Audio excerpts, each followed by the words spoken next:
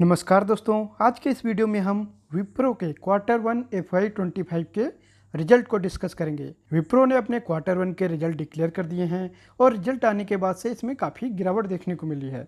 तो आज के इस वीडियो में हम इसके रिजल्ट के नंबर्स को देखेंगे कि किस तरह के नंबर्स आए हैं। तो आज हम इसके वैल्यूशंस को भी डिस्कस करेंगे कि अभी करंट लेवल्स पे इसके वैल्यूशंस कैसे हैं। तो चलिए शुरू करते हैं।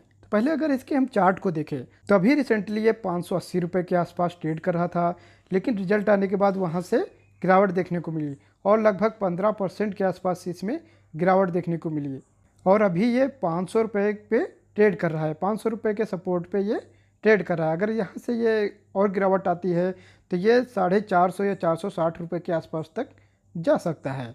तो वहीं अगर करंट लेवल्स 500 की बात करें तो ये लगभग 14% के आसपास अपने रिसेंट हाई से डाउन है। वहीं अगर थोड़ा लॉन्ग टर्म में इसके चार्ट को देखें विप्रो के, तो कोविड से पहले इसका जो हाई था वो 300 रुपये के आसपास था। वहाँ से ये कोविड में 46-47% के आसपास गिर गया था और लगभग 160 रुपये के आसपास तक आ गया था। लेकिन वहाँ से काफ़ी अच्छी रिकवरी देखी गई पोस्ट कोविड और ये बढ़कर 700 रुपये के ऊपर 750 रुपये के आसपास अपने हाई टच कर रहा था। तो यहाँ से देखा जाए तो काफ़ी अच्छे रिटर्न इसने दिए। लेकिन 2021 के लास्ट आते आते ये 750 रुपये के आसपास जो इसका हाई था वहाँ से लगातार इसमें गिरावट देखने को मिली और अभी ये 500 रुपये के आसपास ट्रेड कर रहा है। तो अगर करंट लेवल को भी देखें इसके प्रीवियस हाई से, जो ऑल टाइम हाई था इसका, तो वहाँ से अभी भी ये 32-33% के आसपास करेक्शन में अवेलेबल है। तो देखा जाए तो ऑल टाइम हाई से तो अभी भी काफ़ी बड़ी करेक्शन पे ये शेयर अवेलेबल है। इसका कारण भी है कि बीते कुछ सालों में इसके रिजल्ट बिल्कुल भी अच्छे नहीं आए हैं। बहुत ही ख़राब नंबर्स रिपोर्ट किए हैं इसने। इस वजह से इसका शेयर प्राइस लगातार गिरता रहा और इन लोअर लेवल्स पे अवेलेबल है। तो चलिए अब हम इसके Q1 के रिजल्ट को डिस्कस करते हैं। तो पहले हम यहाँ Q1 के रिजल्ट को क्वार्टर ऑन क्वार्टर कंपेयर करेंगे। लास्ट क्वार्टर से, मार्च क्वार्टर से अगर इसके हम रिवेन्यू को देखें तो रिवेन्यू 244 करोड़ से कम हो गए हैं। रिवेन्यू घट कर आए हैं और यहाँ लगभग 1% की गिरावट है इसके रिवेन्यू में। ऑपरेटिंग प्रॉफिट मार्जिन की बात की जाए तो वो सेम है, लास्ट क्वार्टर 20% थे और इस क्वार्टर में भी 20% है। नेट प्रॉफिट की बात करें तो यहाँ लगभग 180 करोड़ की ग्रोथ है। परसेंटेज में देखा जाए तो 6% की ग्रोथ है। तो क्वार्टर ऑन क्वार्टर बात करें तो रिजल्ट इतना अच्छा नहीं है। रिवेन्यू में थोड़ा सा ड्रॉप देखने को मिला है, वहीं नेट प्रॉफिट में भी कोई खास ग्रोथ नहीं है, मामूली सी 6% की ही ग्रोथ है। अब हम इसके Q1 के रिजल्ट को ईयर ऑन ईयर कंपेयर करेंगे लास्ट ईयर सेम क्वार्टर से। तो जून क्वार्टर 23 से अगर देखें तो इसका जो रिवेन्यू है वहाँ 867 करोड़ की गिरावट देखी गई है। परसेंटेज में बात करें तो 4% की गिरावट है इसके रिवेन्यू में। इसके बावजूद कि इसके ऑपरेटिंग प्रॉफिट मार्जिन इंप्रूव हुए हैं, इसके मार्जिन 2% से बढ़ के आए हैं, इसलिए इसके नेट प्रॉफिट में ज़्यादा ग्रोथ देखने को नहीं मिली है। इसके नेट प्रॉफिट सिर्फ और सिर्फ 151 करोड़ से ही बढ़ पाए हैं और यहाँ पे लगभग 5% की ही ग्रोथ देखने को मिली है। तो ओवरऑल अगर ईयर ऑन ईयर इसके रिजल्ट की बात करें तो यहाँ भी नंबर कुछ खास नहीं है। इसके रेवेन्यू गिर गए हैं, टॉप लाइन इसका बिल्कुल परफॉर्म नहीं कर पा रहा है। यही वजह है कि इसका स्टॉक प्राइस इतना अंडर परफॉर्म कर रहा है।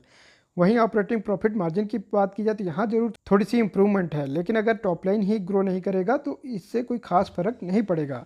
तो ओवरऑल देखा जाए तो ईयर ऑन ईयर भी इसके रिजल्ट कुछ अच्छे नहीं हैं।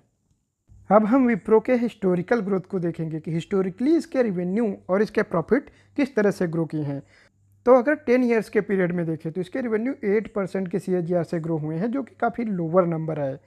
वहीं लास्ट 5 ईयर्स की बात करें तो इसके रेवेन्यू सिर्फ और सिर्फ 9% की CAGR से ही ग्रो कर पाए हैं। लास्ट 3 ईयर्स की बात करें तो इसके रेवेन्यू ग्रोथ 13% की CAGR से ग्रो हुए हैं। वहीं TTM में बात करें ट्रेलिंग 12 मंथ की, तो यहाँ इसके रेवेन्यू गिरे हैं, -3% की यहाँ पे गिरावट देखी गई है। वहीं अगर प्रॉफिट ग्रोथ की बात करें तो लास्ट 10 ईयर्स में इसके प्रॉफिट सिर्फ और सिर्फ 3% की CAGR से ही ग्रो कर पाए हैं। लास्ट 5 साल की बात करें तो यहाँ 4% की मामूली सी ग्रोथ देखने को मिली है। लास्ट 3 साल की बात करें तो कोई भी ग्रोथ नहीं है इसके नेट प्रॉफिट में। TTM में बात करें तो यहाँ 4% की गिरावट है इसके नेट प्रॉफिट में। तो हिस्टोरिकली देखें तो इसके नंबर बहुत ही ख़राब हैं, ना इसका टॉप लाइन परफॉर्म कर पा रहा है ना बॉटम लाइन। तो ऐसे में इसका स्टॉक प्राइस अंडर परफॉर्म ही करेगा। तो यहाँ इसमें बिल्कुल भी परचेज नहीं करना चाहिए, विप्रो को यहाँ पे परचेज नहीं करना चाहिए, क्योंकि इसके नंबर्स हिस्टोरिकली ही ख़राब हैं। सिर्फ अभी रिसेंट के कुछ समय की बात नहीं है, हिस्टोरिकली भी इसके नंबर बिल्कुल भी अच्छे नहीं हैं। अब हम इसके वैल्यूएशंस की बात करें तो इसका मार्केट कैप 2,61,576 करोड़ का हो चुका है। ये एक large cap blue chip stock है, तो इसकी मार्केट कैप भी काफ़ी बड़ी हो चुकी है। और यहाँ अगर यह ग्रोथ नहीं ला पाता है अपने टॉप लाइन में, बॉटम लाइन में, तो यहाँ इसका स्टॉक प्राइस बिल्कुल परफॉर्म नहीं करेगा। करंट प्राइस की बात करें तो 500 रुपये पे ये ट्रेड कर रहा है। 52 वीक हाई की बात करें तो 580 रुपये का है। 52 वीक लो की बात करें तो 375 का है। स्टॉक पी की बात करें तो 23 के आसपास इसका स्टॉक पी है, 23.4 का है, जो कि रीजनेबल दिखाई देता है, लेकिन इसमें ग्रोथ बिल्कुल भी नहीं है। इसलिए हम इसके पी रेशियो को इसके ग्रोथ के रिस्पेक्ट में देखें। अगर इसका पीजी रेशियो देखें तो वो 6 का आता है, जो बताता है कि ये हाईली ओवर वैल्यूड है। ये स्टॉक बहुत ही महंगा है, इसके वैल्यूएशंस बहुत ही महंगे हैं। वहीं आरओई की बात करें तो आरओई सिर्फ और सिर्फ 14.3% का है, जो कि आईटी कंपनी, अगर आईटी स्पेस की बात करें तो काफ़ी कम है। आईटी स्पेस में आरओई काफ़ी अच्छा रहता है कंपनियों का, तो यहाँ ये काफ़ी लोअर नंबर है। डिविडेंड यील्ड की बात करें तो ये भी कुछ अच्छा नहीं है। जहाँ बाकी आईटी कंपनियों का डिविडेंड यील्ड 1.5 से 2% के आसपास है, वही इसका डिविडेंड यील्ड सिर्फ और सिर्फ 0.2% का है, तो इसका डिविडेंड यील्ड भी अच्छा नहीं है। डेट टू इक्विटी रेशियो की बात करें तो यह ज़रूर लोअर साइड है, यहाँ कोई इशू नहीं है, डेट इसके ऊपर ज़्यादा नहीं है। तो ओवरऑल अगर वैल्यूएशंस की बात करें तो इसका स्टॉक भी ज़रूर रीजनेबल दिखाई देता है, लेकिन क्योंकि इसमें ग्रोथ बिल्कुल भी नहीं है, इसलिए इसका पीजी रेशियो 6 का है, जो बताता है कि ये स्टॉक बहुत ही महंगा है, इसके वैल्यूएशंस बहुत ही हायर साइड हैं। वहीं आरओई इसका काफ़ी लो है, डिविडेंड यील्ड भी लो है।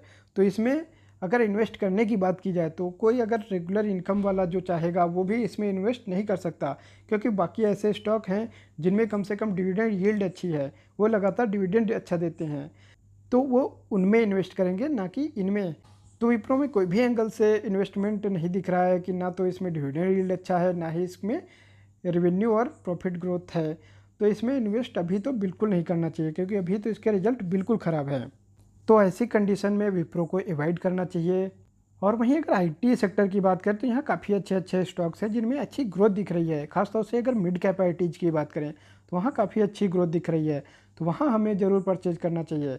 तो अगर हमें आईटी सेक्टर के आईटी स्टॉक्स को लेके रखना है, लॉन्ग टर्म के लिए इन्वेस्ट करना है उनमें, तो हमें मिड कैप आईटी स्टॉक्स की तरफ देखना चाहिए, या फिर लार्ज कैप आईटी स्टॉक्स को भी देखें तो जिनमें ग्रोथ हो, तो एटलीस्ट उनमें हम इन्वेस्ट करें तो वहाँ हमें रिटर्न मिल सकता है। लेकिन जिन स्टॉक्स में बिल्कुल ग्रोथ नहीं है, जिनके टॉप लाइन बॉटम लाइन बिल्कुल परफॉर्म नहीं कर रहे हैं, उनमें हमें अभी इन्वेस्ट नहीं करना चाहिए।